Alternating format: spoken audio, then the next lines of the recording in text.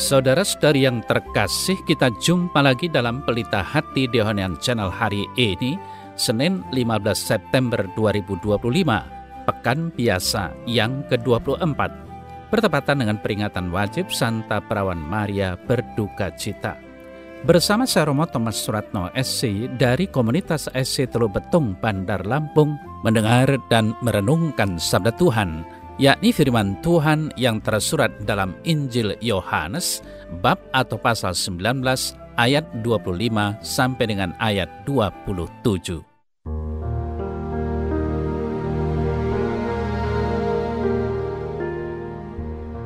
Dekat salib Yesus berdiri ibunya dan saudara ibunya, Maria, istri Kleopas, dan Maria Magdalena.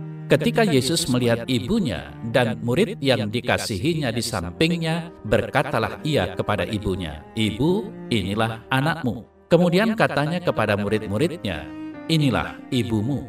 Dan sejak saat itu, murid itu menerima dia di dalam rumahnya.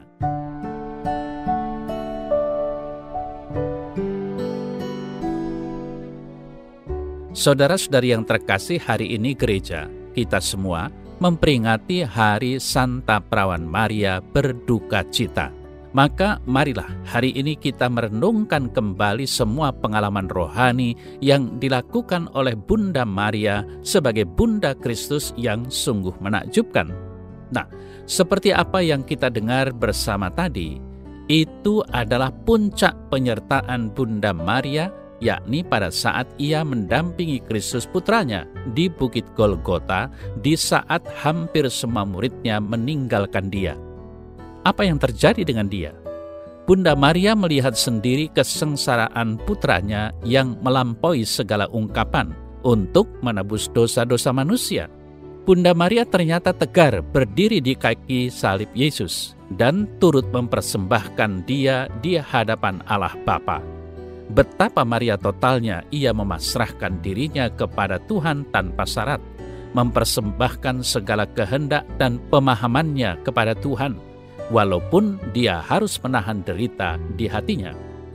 Saudara-saudari yang terkasih, Bunda Maria selama ini menjadi Ibu Kristus di dunia ini.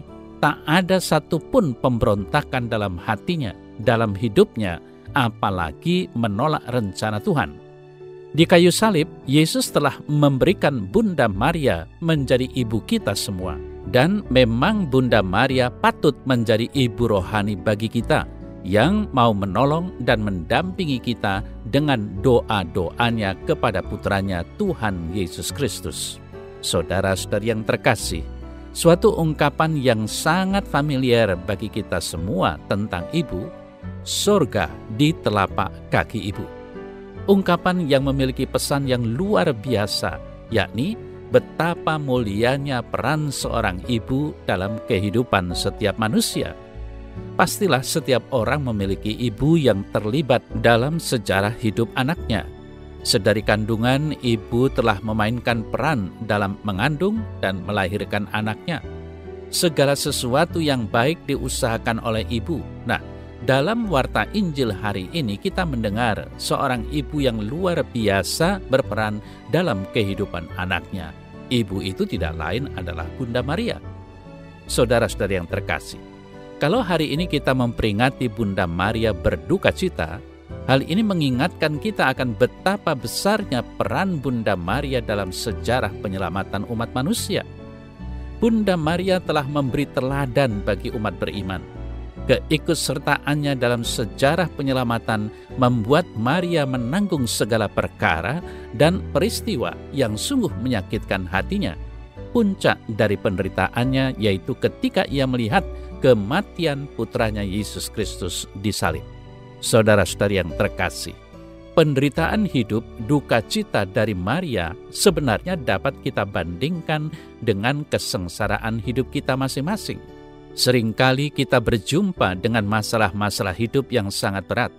Seringkali kita merasa Tuhan diam dalam keheningan dan mengacuhkan penderitaan kita. Kita harus menyadari bahwa sebagai umat beriman Kristiani, kita mesti memikul salib. Seperti Bunda Maria, kita semua memanggul salib bersama Yesus. Seperti Bunda Maria, kita hendaknya selalu tabah dan berjuang dalam perjalanan hidup ini. Saudara-saudari yang terkasih, walaupun ada begitu banyak batu dan kerikil tajam di sepanjang jalan, akankah berhenti di situ? Tidak. Tuhan Yesus memberikan Bunda Maria kepada muridnya, dan mereka saling menerima satu dengan yang lain. Tindakan ini mengakhiri kesedihan Bunda Maria. Hal ini berarti di ujung penderitaan setiap orang, Tuhan pasti telah menyediakan hadiah kekal untuk mereka yang bertahan dari segala kesukaran hidup dengan tetap berpegang teguh dalam imannya akan Allah. Seperti Bunda Maria, walaupun sering berjumpa dengan kesedihan dalam hidup, ketaatannya terhadap kehendak Allah tetap tak tergoyahkan. Semoga kita semua dalam kehidupan sehari-hari selalu meneladani Bunda Maria yang menyerahkan hidup sepenuhnya kepada Tuhan.